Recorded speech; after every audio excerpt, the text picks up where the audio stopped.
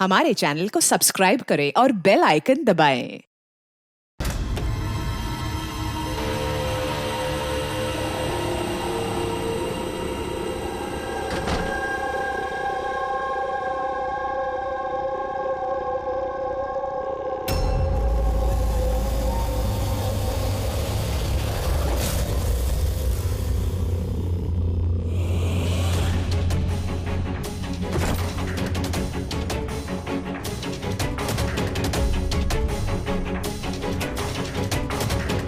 बकुल से आज बात करनी पड़ेगी, चाहे कुछ भी हो। बकुल से बात करनी ही पड़ेगी।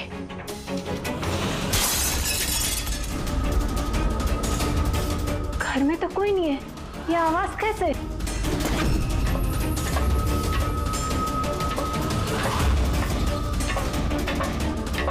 कीर्ति, बकुल, मैं कुछ बोलता क्यों नहीं है? कीर्ति, भैया, कीर्ति,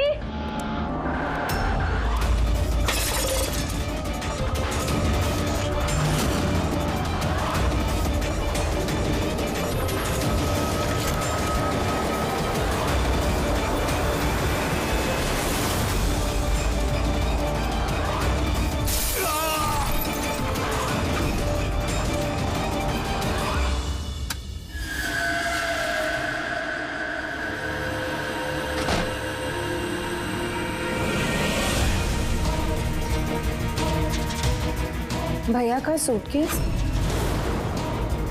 भैया बैंगलोर नहीं गए क्या?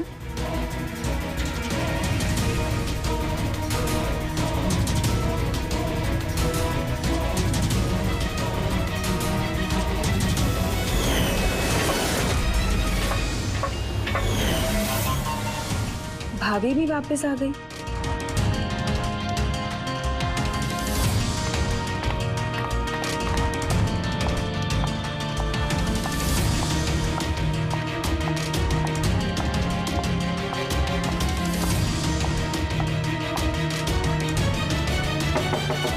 भैया,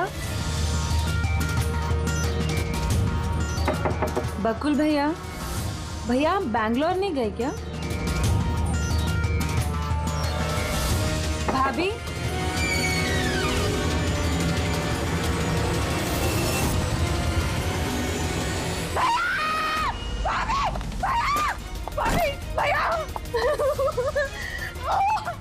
आशिका भाभी, भाभी, भाभी, भाभी। हेलो, हेलो नितिन भैया, भैया आप जल्दी से वापस आ जाओ, यहाँ पे सब खत्म हो गया भैया। देखो कीर्ति, ये खून का मामला है। एक बार फिर से सोच लो, क्या तुमने जो कुछ भी कहा वो सच है?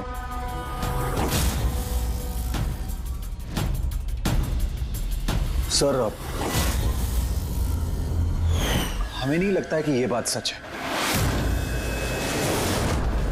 आपके लगने या ना लगने से कोई फर्क नहीं पड़ता। जब आपसे कुछ पूछा जाएगा तभी बोलना। हो सकता है ये सच बोल रही हो, क्या पता।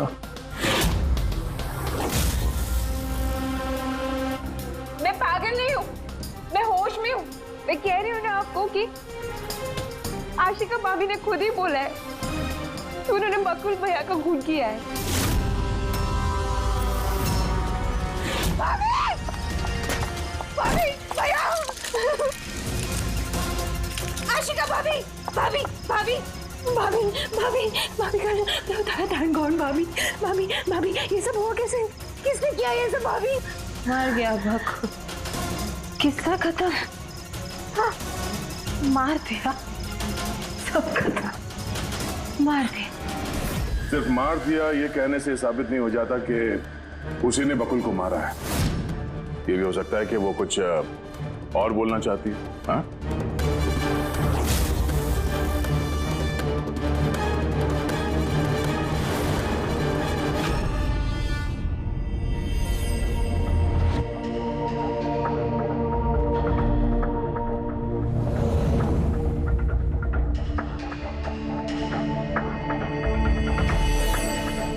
एक बात बताओ, जब बकुल का खून हुआ उस वक्त तुम सब लोग कहां पर थे? कहां थे तुम लोग? मैं और नितिन तो एक दोस्त की शादी में खंडाला गए थे। कीर्ति का कॉल आया और हम भागे चले आए। मेरी बिजनेस मीटिंग थी होटल क्रिट्स में, वहाँ एक क्लाइंट के साथ डिनर था। जैसे ही नितिन का फोन आया तो मैं यहाँ पर चला आया। और आप कीर्ति, आप कहाँ थी? मैं बाहर गई हुई थी। कीर्ति बाहर गई थी, चाचा जी क्लाइंट के साथ मीटिंग में थे और आप दोनों खंडाला गए थे। उस वक्त बकुल और आशिका घर में अकेली थी, है ना? बकुल भैया भी बैंगलोर जाने वाले थे, उनकी 11 बजे की फ्लाइट थी और आशिका भाभी तो पार्टी में गई थी।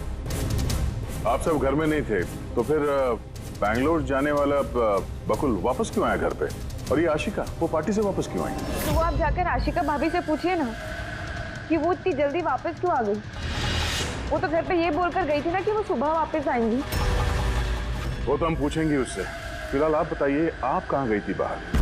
मेरी मदर बांद्रा रहती है, उनको अचानक फूड पॉइजनिंग हुआ था, मैं उनके पास ही गई थी और फिर वहीं से मैं आई। वाह, हर एक के पास एक्सप्लेनेशन है कि बकुल के खून के वक्त मैं यहां था, मैं वहां थी, मैं वहां गया था। सबके पास एक्सप्लेनेशन है, लेकिन आप सब लोग एक बात अच्छी तरह से याद रखना, हम सीआईडी वालों से सच ज्यादा देर तक छुपता नहीं, सामने आकर ही रहता है।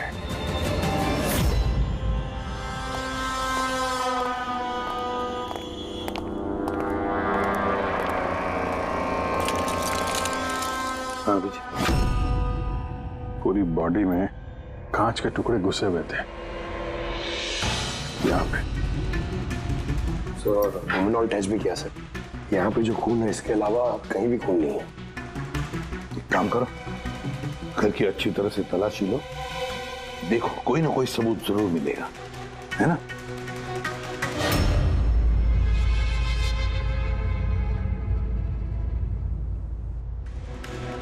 ये बताया सर, इनका कहना है कि इन्हें कुछ भी याद नहीं। कुछ भी याद नहीं? आशिका, तुम्हें याद आ रहा है तुमने कीर्ति को होश में आने के बाद कुछ बताया था? याद करो। मुझे कुछ याद नहीं आ रहा। याद करने की कोशिश करो। कीर्ति कह रही थी कि बकुल का खून तुमने किया, ऐसा तुमने खुद उसको बताया? कीर्ति इल्जाम लगा रही है मेरे पे। बकुल को मैंने नहीं मारा।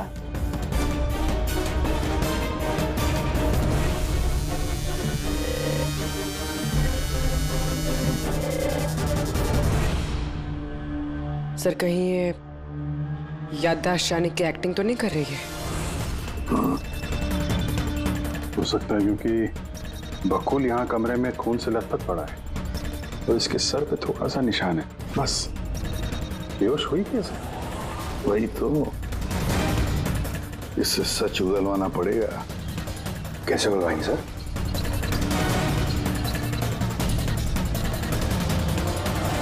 सच उगलवाएंगे नार्को टेस्ट से।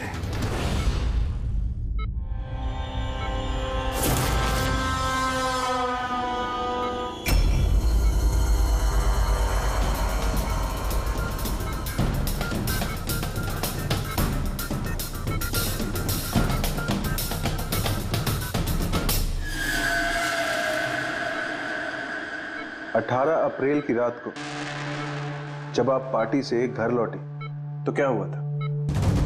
मैं घर में घुसी, बकुल चिल्ला रहा है। फिर क्या हुआ?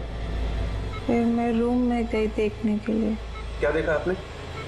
मैंने देखा कि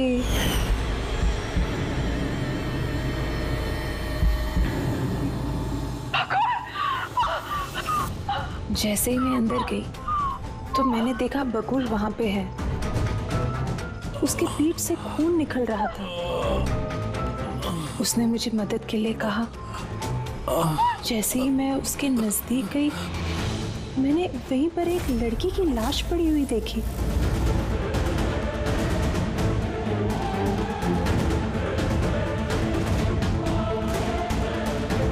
मुझे गुस्सा आया और मैंने वहां पड़ा एक कांच को उठाया।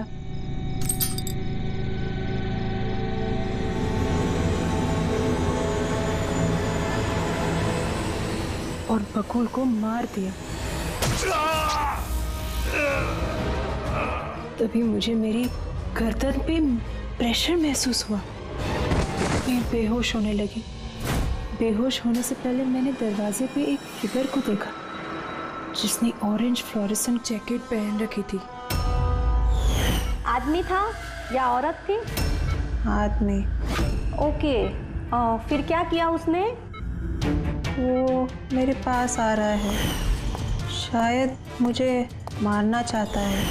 अच्छा आशिका, तुमने वहाँ किसी औरत की लाश को देखा था? हाँ, देखा था। औरत की लाश? वहां पर तो हमें किसी औरत की लाश नहीं मिली। हम तो बकुल के मर्डर की जांच कर रहे हैं। अभी एक नया केस कहां से आ गया? कौन सी औरत की लाश है? कौन थी वो औरत? मुझे याद नहीं, सब धुंधला दिख रहा है। कि कहीं ये हमें गुमराह तो नहीं कर रही? समझ में नहीं आ रहा है ये किस औरत की बात कर रही है, किस औरत की लाश की बात। आशिका, तुमने बकुल को क्यों मारा? क्यों मारा बकुल को? ठीक ही हुआ कि वो मर गया। वैसे ही जिंदा रहता तो मैं सड़कों पे धक्के खाती। हेलो, सड़कों पे धक्के क्यों खाते? बदचलन साबित करना चाहता था। तलाक चाहता था मेरे से। अच्छा, वो मरी हुई औरत, वो कौन थी? मैंने आपको कहा ना, मुझे याद नहीं वो कौन थी। देखो आशिका, हमें वहां पर किसी भी औरत की लाश नहीं मिली। तो फिर कहाँ गई होगी वो लाश? मुझे जब होश आया वो लाश वहां से जा चुकी थी। और वो फ्लोरेसेंट ऑरेंज कलर का जैकेट पहना हुआ आदमी? वो धुंधला धुंधला सा दिख रहा था। दरवाजे पे ही खड़ा था। शायद मेरे बेहोश होने का इंतजार कर रहा था।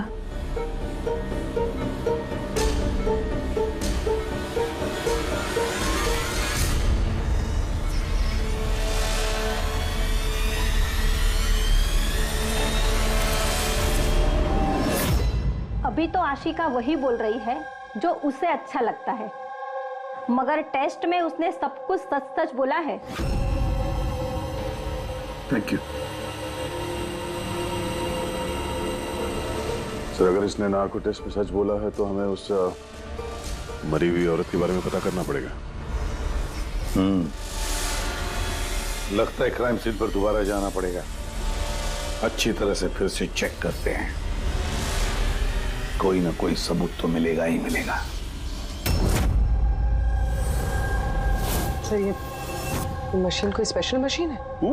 ये मशीन छोटे से छोटा सबूत ढूंढने में भी सक्षम है, जैसे कि माइक्रोब्स जो अक्सर धूल में मिल जाते हैं। और ये जो मशीन है ना, ये इस कमरे में छोटा से छोटा जो डस्ट पार्टिकल होगा ना, छोटे से छोटा, उससे उस जैकेट वाले आदमी का पता बता देगी जो इस कमरे में मौजूद था। बहुत बढ़िया।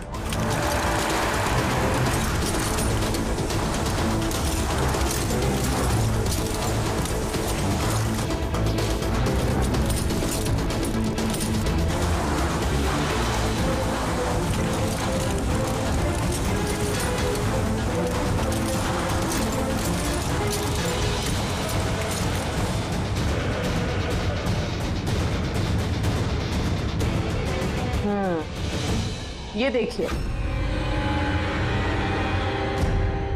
जो हमारी नजरों से बच गया वो इस मशीन ने ढूंढ निकाला।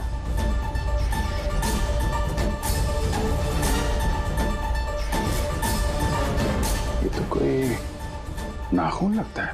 वो भी नेल पेंट लगा हुआ, डेफिनेटली कोई औरत का है। मगर सर यहाँ कैसे? शायद भागा दौड़ी हाथापाई में किसी चीज से ठोकर लगी होगी और नाखून यहाँ पे रह गया। घर वालों का पता करो, इनमें से तो किसी का नहीं।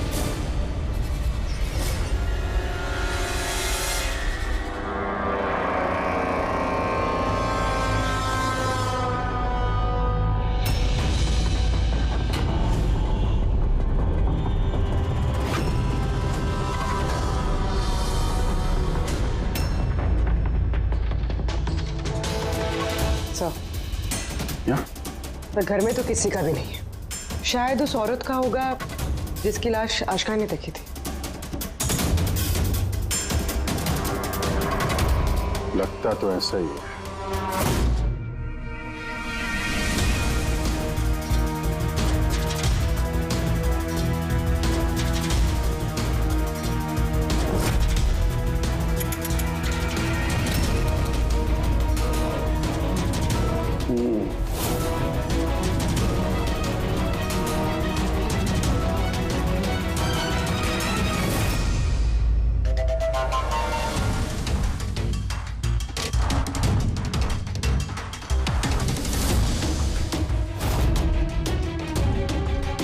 ये बात है तारिका।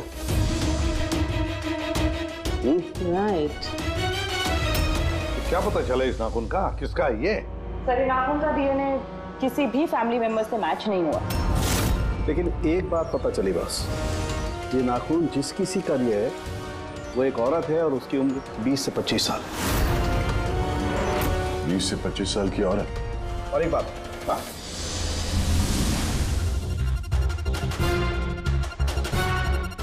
ये जो बारीक बारीक सफेद सफेद कण देख रहे हो ना, ये high percentage of high and cocaine है। नाखून में सुनिए, कोई औरत ड्रग एडिक्ट भी है? हाँ, घर परिवार की नहीं, बाहर की है। सर कोई बाहर वाली वहां पे आई है तो किसी कार, ऑटो, टैक्सी वगैरह ही किया होगा।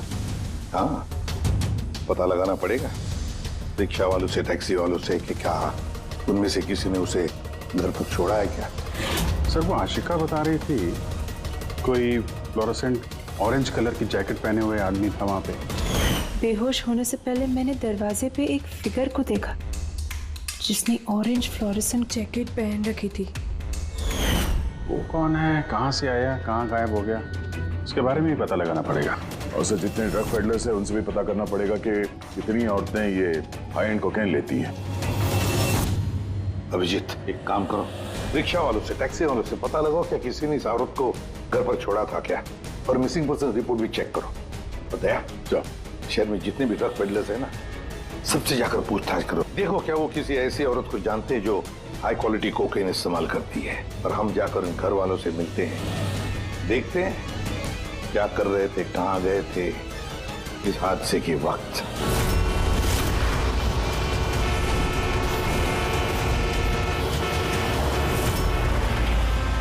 तुम्हारी एसोसिएशन से पता चला है कि 10 तारीख को यानी परसों रात में तुमने शांति निवास बंगलों में किसी लड़की को छोड़ा था। हाँ सर, छोड़ा था। कितने बजे की बात है? सर लगभग 1 बजे की बात है, उसी बंगलों में। सर बहुत नशे में थी वो और बार बार अपने हस्बैंड को गाली दे रही थी। अच्छा जी सर।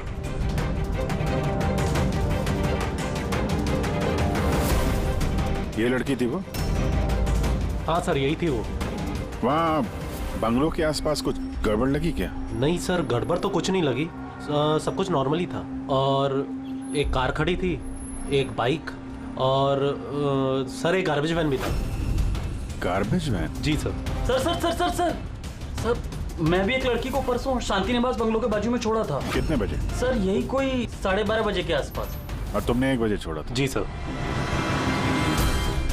ये लड़की थी वो? नहीं नहीं सर, ये लड़की नहीं थी। तो इसको तुमने 1 बजे छोड़ा और 12:30 बजे जिस लड़की को छोड़ा था उसको दोबारा देखोगे तो पहचान जाओगे? एकदम सर, बरोबर पहचान लेगा। गुड। सुनो, तुम लोगों से जो भी सवाल पूछा जाएगा उसका सही सही जवाब चाहिए। जरा सा भी झूठ बोला ना तो बड़ी मुसीबत खड़ी हो जाएगी, समझे? सर झूठ बोल के जान आफत में नहीं डालनी है हमें। तो फिर बताओ, जिस दिन बकुल का खून हुआ उस दिन क्या चेतन तुम्हारे होटल में था? जी सर, वो होटल में थे और उन्होंने सारा समय क्लाइंट के साथ बिताया। उन्होंने क्लाइंट के साथ डिनर भी किया। अच्छा, तो ठीक है, क्लाइंट के सारे डिटेल्स चाहिए हमें और उस दिन का सीसीटीवी फुटेज भी। शीना, कीर्ति की माँ को फूड पॉइजनिंग क्यों हुई? खाने में क्या मिलाया था? मैंने तो कुछ भी नहीं मिलाया था। आंटी थी तो बाहर गई हुई थी। जब वो वापस लौट के आई उनकी तबीयत खराब थी। सर नितिन और सिया दोनों सारा दिन शादी में ही थे। पूछे भी नहीं बता रहे। रट्टा मार के आए हो क्या? नहीं मैम, जो सच्चाई है वही बता रहा हूँ। 11 बजे फंक्शन बंद करा दिया था हमने। उसके बाद में नितिन और सिया वो लोग कहाँ गए? फिर वो दोनों अपने रूम में चले गए सर।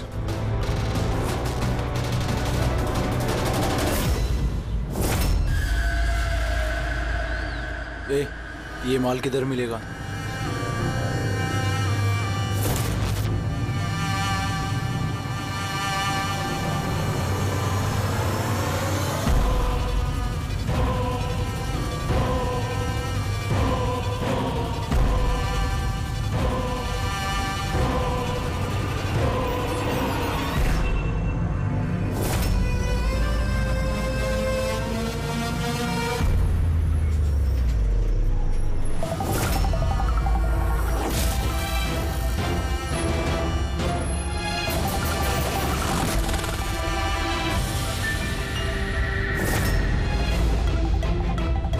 माल चाहिए। मिलेगा। कितना चाहिए और पेमेंट कैसे करेगा? पेमेंट माल इस्तेमाल करने के बाद। माल इस्तेमाल करने के बाद? भागने के बारे में ना सोचना भी मत। मेरे पास हर एक क्लाइंट की ना कुंडली है, कुंडली, और उस कुंडली में लिखा है कि मेरा क्लाइंट ओवरडोज से मरेगा या मेरी बंदूक की गोली खा के।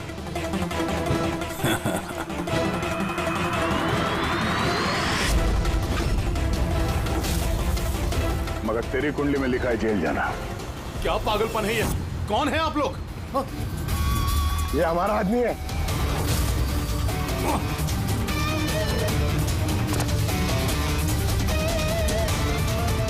चल, बात हो गया।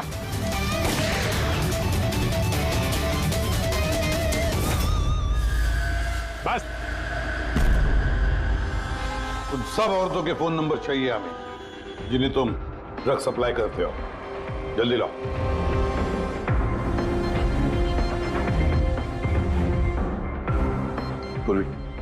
देखो जरा, कॉल करके देखो इन सारे नंबर्स पर।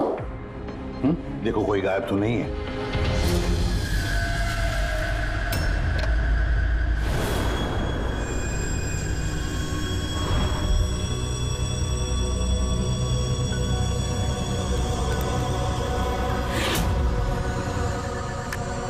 हेलो। हाँ जी, मैं सोनारिका से बात कर सकती हूँ? देखिए मैम, सोनारिका जो है 2 दिन से यहाँ काम पर नहीं आ रही है। क्या? और जिसकी वजह से हम लोग भी परेशान हैं। 2 दिन से? ठीक, thank you sir. Sir, diary में जो फोटोज थी उनमें से ये वाली लड़की गायब है। इसका नाम सोनारिका है और ये एक बार में काम करती है। 2 दिनों से गायब है। ये सोनारिका, ये तुम्हारी क्लाइंट है? हाँ सर। इसी लड़की को छोड़ा था तुमने? हाँ सर, यही थी। अच्छा, यही थी। आशिका ने इसी को देखा होगा। बकुल के परिवार वालों को अंदर देख रहा हूं। जरा ध्यान से देखिए ये फोटो। ये वो लड़की है जिसकी लाश आपके घर से मिली थी। आप लोग जानते हैं सर? हाँ? नहीं सर। अब मैंने देखा है इसे बकुल भैया के साथ 2 महीने पहले। बकुल भैया के साथ 2 महीने पहले? कहां पर देखा था? एक होटल के बाहर, और भैया ने कहा कि ये उनकी क्लाइंट है।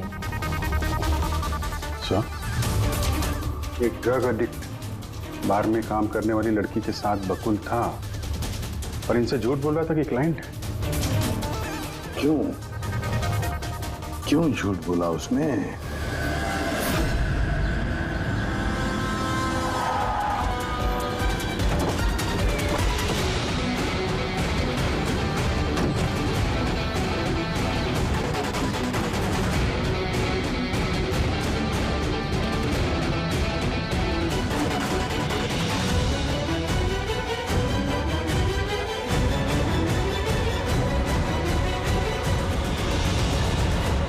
सोनाली का यहीं पे काम करती थी ना?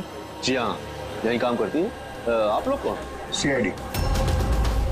सोनालिका का खून हो गया। क्या? इसीलिए वो 2 रात से यहाँ काम पर नहीं आ रही है। हाँ, मगर हमें उसकी लाश नहीं मिली है। और के साथ साथ ये बकुल नाम का आदमी है, इसका भी खून हुआ। हम ये जानना चाहते हैं कि सोनालिका का इस बकुल के साथ क्या संबंध है? संबंध के बारे में तो नहीं पता, लेकिन हाँ, ये आदमी कभी कभी हमारे बारे में सोनालिका को लेने आता था। फिलहाल आपको इसके बारे में ज्यादा जानकारी तेजी ही दे सकती है साहब। ये तेजी कौन है? सर, ये है तेजी। तेजी, सोनालिका तुम्हारी दोस्त थी। ये बताओ कि इस आदमी के साथ सोनालिका का क्या संबंध है? सर, सोनालिका का बकुल के साथ अफेयर चल रहा था। बकुल उसके सारे रईसों वाले खर्चे उठाता था, उसे कोकेन तक के खर्चे देता था, पर उसको हमेशा बकुल से कुछ ना कुछ शिकायत रहती थी। कैसी शिकायत रहती थी? वो कहती थी कि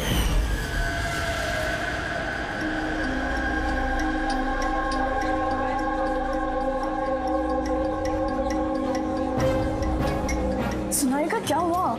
मैं बकुल के साथ ना अब ये रिश्ता और नहीं रख पाऊंगी। क्यों, क्या हुआ? ना तो रिश्ता रखने के पैसे मिल रहे और नहीं वो बकुल अपनी बीवी आशिका को डाइवोर्स दे रहा है। कुछ तो करना पड़ेगा। क्या करेगी तू? ब्लैकमेल। क्या? मैं उसे ब्लैकमेल करूंगी जिसने मुझे नाटक करने के लिए कहा है। तो कोई सोनालिका को पैसे दे रहा था बकुल के साथ प्यार का नाटक करने के लिए। मास्टरमाइंड कोई और ही है? हाँ, और उसी मास्टरमाइंड ने प्लान किया और इस सोनालिका और बकुल को मार दिया। और आशिका का वहां पर आना प्लान में शामिल नहीं था। समझ में नहीं आ रहा है कि ये बकुल अपनी फ्लाइट छोड़कर घर वापस क्यों आया। और सर, अगर खूनी को बकुल की गर्लफ्रेंड को मारना ही था तो कहीं और भी मार सकता था। वहां घर पे क्यों किया? तो शायद खूनी को पहले से पता था कि बकुल के घर में कोई नहीं, इसीलिए उसने धोखे से सोनालिका को वहां पे बुलाया और उसी समय बकुल और आशिका वहां पे पहुंच गए होंगे। ये हो सकता है।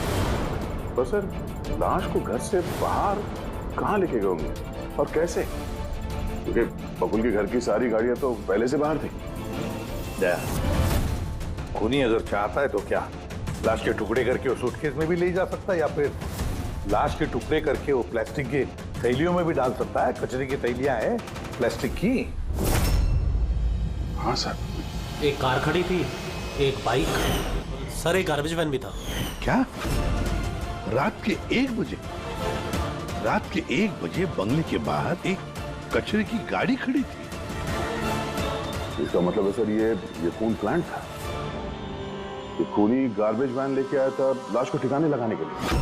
और सर, ये फ्लोरेसेंट ऑरेंज कपड़े गार्बेज वैन वाले तो पहनते हैं। सर, चेतन जिस कंपनी के बिजनेस डिनर पे गया था, ऐसी कोई कंपनी रजिस्टर्ड ही नहीं। मेरी बिजनेस मीटिंग थी होटल क्रिट्स में। और कीर्ति की माँ ने बाहर कुछ भी नहीं खाया। मेरी मदर बांद्रा रहती है, उनको अचानक फूड पॉइजनिंग हुआ था, मैं उनके पास ही गई थी। फिर भी उसे फूड पॉइजनिंग हो गई। ठीक है, ये भी पता लगाना चाहिए कि जिस रात बकुल और सोनालिका का खून हुआ, उस रात खंडाला से कोई टैक्सी या प्राइवेट गाड़ी आई थी क्या बंगले पर? अपनी माँ की बीमारी के बारे में सच सच बताओ।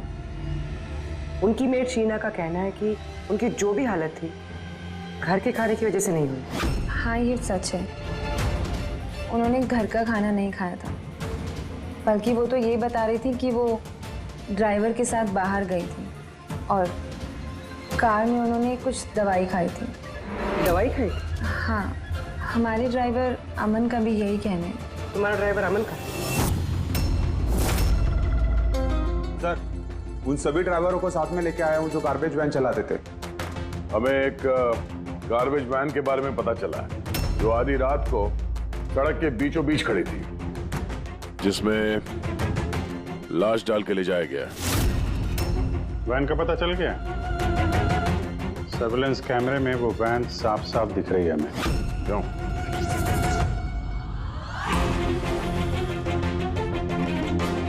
तुम हो ना उस वैन के ड्राइवर? नहीं सर, मुझे कुछ नहीं पता। मेरा भाई लेकर गया था सर उस वैन को। अब वो उसे कहाँ लेकर गया था और क्यों लेकर गया था मुझे कुछ नहीं बताया सर उसने। फोन लगा उसका? जी सर।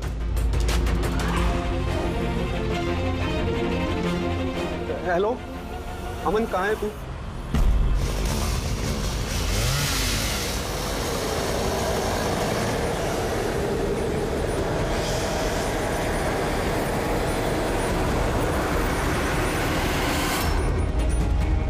क्या भाई, कैसा है?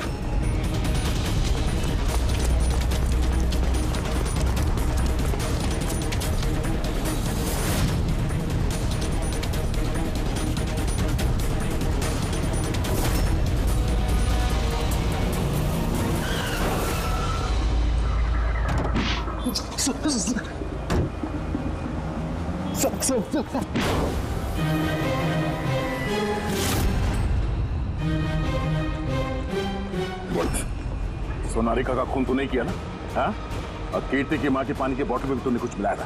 हाँ? सर मैं सच बता रहा हूँ। मैंने तो जो कुछ किया उस फोन कॉल की वजह से किया था जो बकुल सर के बंगले से आया था। किसने फोन किया था बकुल के बंगले से? मैंने उसे कभी देखा नहीं है, सिर्फ उसकी आवाज सुनी थी।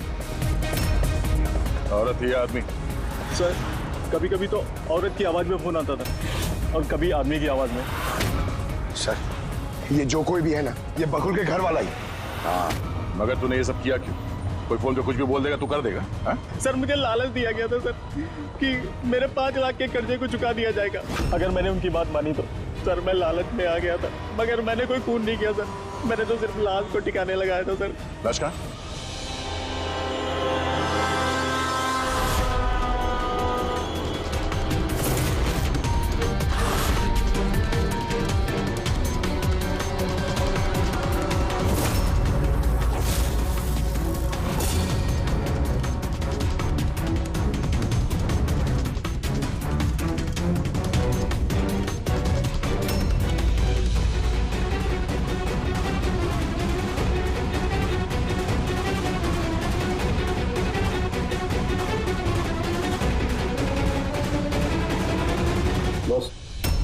इस लड़की का गला घोटा गया है, शायद इसी से इसकी मौत हुई है। तो इसीलिए सोनारिका की खून का कोई भी निशान नहीं था क्राइम सीन पर। और उसके पैर के अंगूठे का नाखून भी उखड़ा हुआ है।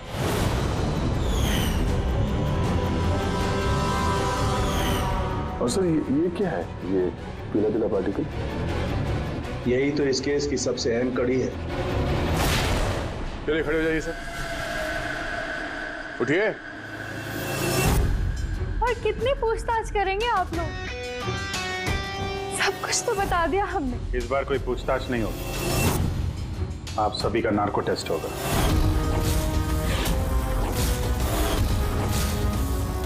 नार्को टेस्ट क्यों पर? क्योंकि आप में से कोई है जो सच नहीं बोल रहा। आपके पास कोर्ट की परमिशन है इस नार्को टेस्ट के लिए? जी हाँ, परमिशन के बिना हम कुछ नहीं करते।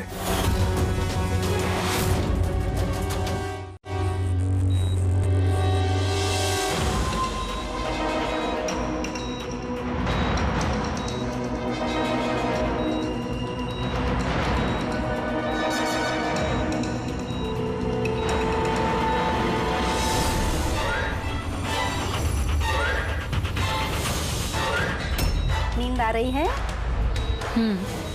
जो मैं आपको बोलूंगी उसका सही सही उत्तर दीजिएगा, ठीक है? सोनारिका को जानती हो? हाँ। बकुल का अफेयर था सोनारिका के साथ, ये भी जानती है आप? हाँ, मुझे दोनों पे शक था।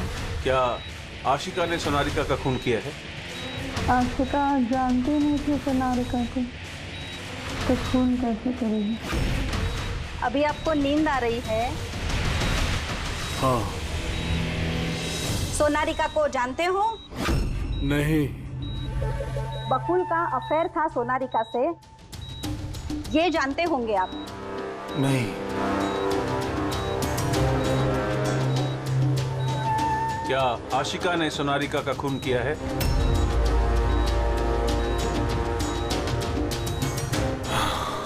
आशिका सोनारिका को जानती थी। आशिका ने ही बकुल और सोनारिका का खून किया है। उसी ने यह खून की साजिश रची थी। आशिका की हरकतें कुछ दिनों से काफी अजीब थी। ये बात मैंने बकुल को बताई थी। क्या हुआ सर? हुआ कुछ नहीं नितिन, सिर्फ इतना बताना था कि ट्रुथ सीरम के असर से इंसान सिर्फ उतना ही बताता है जितना उसे पूछा जाता है, ज्यादा कुछ नहीं बताता। अब बात यह है कि इंसान का दिमाग अपना मेमोरी शेयर करता है पर ओपिनियन नहीं देता, जैसे तुमने अभी दिया। अब सारी असलियत फटाफट बता दे, वरना असली वाला सीरम देना पड़ेगा तुझे। असली ट्रूथ सीरम मतलब ये कि हमने जो सीरम दिया था वो ट्रूथ सीरम नहीं था, ग्लूकोज का इंजेक्शन था। What? शक तो हमें तुम पे पहले से ही था, लेकिन सारी सच्चाई तुम्हारे मुंह से सुनना चाहते थे। नितिन, सब कुछ तुमने बड़ी सफाई से, बड़ी चालाकी से किया था, लेकिन सोनारिका के चेहरे पर जो हल्दी लगी थी ना, उसने तुम्हें पकड़वा दिया। वही हल्दी जो शादी के वक्त तुम्हारे हाथ में लगी थी। ये पीला पीला पार्टिकल दरअसल हल्दी है, और इस हल्दी में आटा और तेल भी मिला हुआ। आटा, तेल, हल्दी। चेहरे पे हल्दी नहीं है, सिर्फ यहाँ कदम के पास। कहाँ से आई होगी ये हल्दी? सर, सिया बता रही थी कि वो लोग खंडाला गए थे शादी के लिए, और वहां पे हल्दी के रस्म में शामिल भी हुए थे वो लोग। बकुल 500 करोड़ का एम्पायर चला रहा था। वो एम्पायर जो मैंने सेटअप किया था, लेकिन वो मुझे ही उस एम्पायर से बेदखल करने की फिराक में था। तो फिर उससे बात करते थे, उससे समझाते थे। बात करने की कोशिश की थी सर, कई बार कोशिश की थी, लेकिन वो सुनता तब ना।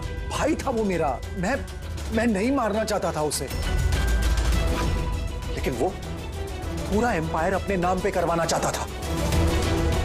इसीलिए फिर मैंने भी एक प्लान बनाया। क्या प्लान बनाया? बकुल और आशिका के आए दिन झगड़े होते रहते थे। वो आशिका को छोड़ना चाहता था। मैंने सोनारिका को पैसों का लालच दिया और उससे कहा कि बकुल से झूठ मूठ का प्यार का नाटक करे, और एक दिन आगे जाके उससे शादी भी करे। दरअसल मैं सोनारिका के जरिए अपना एम्पायर हासिल करना चाहता था। मगर उसे क्यों मार दिया? वो तो तुम्हारा साथ दे रही थी। शुरू में सर, लेकिन बाद में उसने मुझे ब्लैकमेल करना शुरू कर दिया। और इसलिए तुमने सोनारिका को धोखे से घर बुला लिया। हाँ सर, उस रात मैंने ऐसी सिचुएशन क्रिएट की जिससे कि सब लोग घर से बाहर रहे। मैं भी सिया के साथ खंडाला चला गया, और जैसे ही सिया ने दवाई ली और सो गई, मैं फौरन टैक्सी पकड़कर यहां आ गया और अमन को बुला लिया। सोनारिका के घर पहुंचते ही, देखो सोनारिका, मेरी बात समझने की कोशिश करो। अगर बीच रास्ते में तुमने मेरा साथ छोड़ दिया तो मेरा पूरा प्लान चौपट हो जाएगा। हो जाए प्लान चौपट, मुझे कोई फर्क नहीं पड़ता। और वैसे भी मुझे उस बकुल में कोई इंटरेस्ट नहीं है, और ना ही मैं उससे प्यार करती हूँ और ना ही मैं उससे शादी करना चाहती हूँ।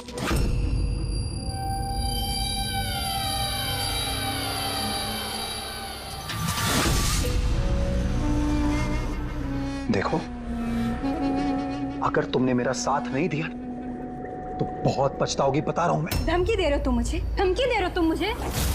हाँ? ऐसा ही समझ लो।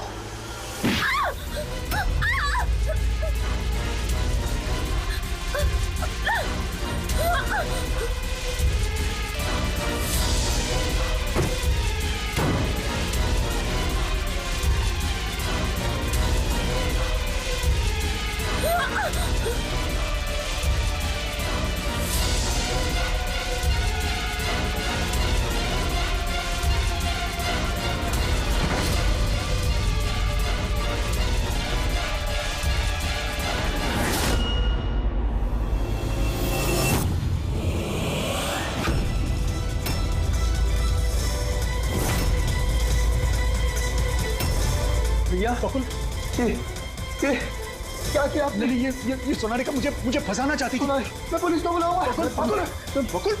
बकुल,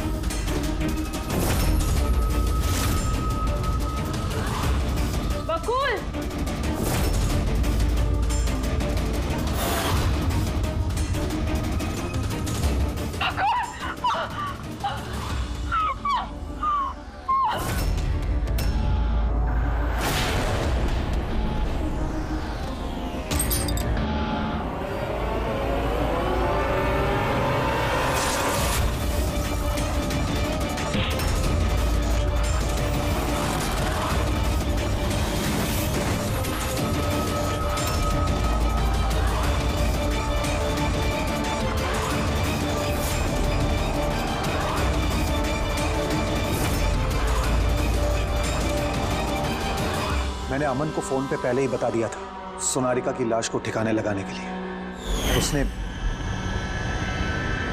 उसने बिल्कुल वैसा ही किया। पैसों की लालच ने तुम्हें इतना अंधा बना दिया कि तुम अपना सगा रिश्ता भी भूल गए, अपने भाई की जान ले ली, और तो और अपनी साथी सोनालिका को भी मार डाला। कानून तुम्हें कभी माफ नहीं करेगा, कड़ी से कड़ी सजा होगी, शायद फांसी। For more updates, subscribe to our channel, click the show links and enjoy watching the videos.